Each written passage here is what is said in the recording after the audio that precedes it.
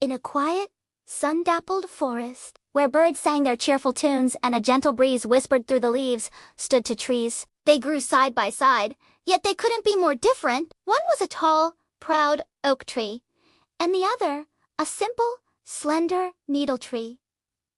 The oak tree was a magnificent sight. Its trunk was thick and strong, and its branches spread wide, reaching for the sky as if to embrace the whole forest. The oak was incredibly proud of its size and might. It looked down on all the other plants, feeling superior in every way. Right beside this mighty oak stood the humble needle tree. It was thin and unassuming, with narrow, needle-like leaves that rustled softly in the wind. It didn't boast or try to stand out. It simply existed, content in its own quiet way. The proud oak often mocked its smaller neighbor.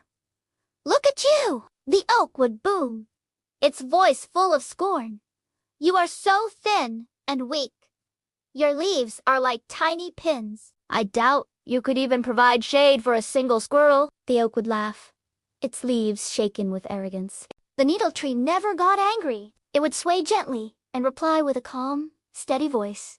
"Perhaps I am small, but that doesn't mean I'm weak. Every tree in this forest has its own purpose and its own kind of strength. Pride is not the only measure of worth." But the oak tree just scoffed, too full of itself to listen. One afternoon, the sky began to change. Dark, heavy clouds rolled in, swallowing the sunlight. The gentle breeze turned into a fierce, howling wind. A powerful storm was descending upon the forest, and it was unlike any storm the trees had ever seen. The wind blew with incredible force, shaking the entire forest. The proud oak tree stood its ground, determined not to bend.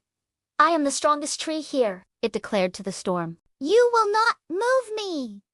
It used all its might to resist the punishing gales, its strong trunk groaning under the immense pressure.